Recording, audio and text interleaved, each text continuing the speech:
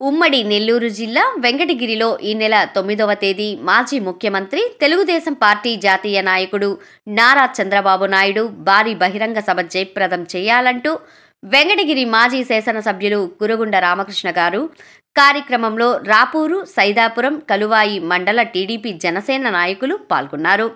ఈ సందర్భంగా ఆయన మాట్లాడుతూ భవిష్యత్తు బాగుండాలి అంటే బాబు రావాలి అంతే అనే నినాదంతో ప్రతి పల్లెనిచ్చే జన సమీకరణ చేయాలంటూ విషయాన్ని ఉద్దేశం చేశారు.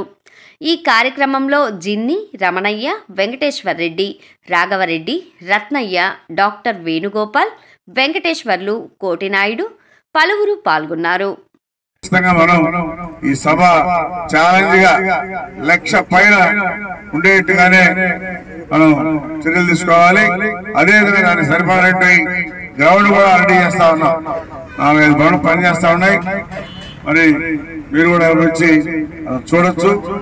మీరు అనుకున్నటువంటి అందరూ కూడా దయచేసి ఇప్పటి నుంచి చెప్పుకొని మండలాలు, పంచాయతీ నుంచి మనం సాయంత్రం అడుగుతా ఉన్నాం. అందుకని మధ్యాహ్నం భోజనం చేయడం వెంటనే పెట్టుకోవాలి. 2 గంటల నుంచి ప్రారంభం కావచ్చు. ఎందుకంటే క్లైమేట్ ఉంది కాబట్టి మళ్ళీ 5 అయితే చీకటి పడుతుంది. అందుకని 2 గంటల స్టార్ట్ అయ్యే విధంగా ఏర్పాటు చేస్తున్నాం. మీరు భోజనం చేయడం 1 గంటకంతా బయలుదేరాల. ప్రతి ఒక్కరూ చెప్పండి. ఇప్పుడు మళ్ళా ప్రతి మండలం కూర్చొని రివ్యూ చేసుకొని జనసమీకరణంతా కూడా రాసుకుంటాం. కాబట్టి ప్రతి ఒక్కరు ఛాలెంజ్ తీసుకోవాలి. జగన్మోహన్ రెడ్డి అవినీతి పరిపాలన మనం ఖండిస్తూ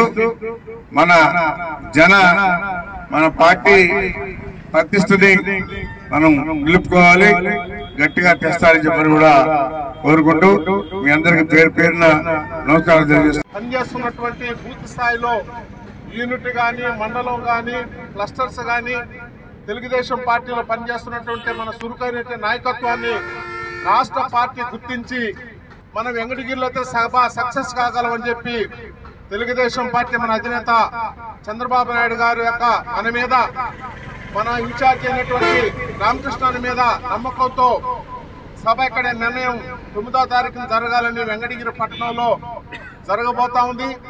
దానికి మనం ప్రతిష్టాత్మకంగా అక్కడ 1,00,000 మందితో సభ జరగడానికి 2 రోజుల క్రితం కూడా సమావేశం జరిగిన దానికి మన ఈ యొక్క వేదిక మీద ఉన్నటువంటి వాళ్ళు కానీ మీలో కొంతమంది ముఖ్య నాయకులు కూడా రావటం కూడా జరిగింది. ఇది మన రాఘవరెడ్డి అని చెప్పినట్టు ఇది ప్రసంగం కాదు. ఇది కేవలం మన గ్రామ స్థాయిలో, మండల స్థాయిలో ఎంత జన సమీకరణ చేసుకొని రేపు మన సభ సక్సెస్ కావాలని చెప్పి నాయకత్వంతో మన ఇక్కడికి మన అందరిని కూడా రప్పించడం జరిగింది.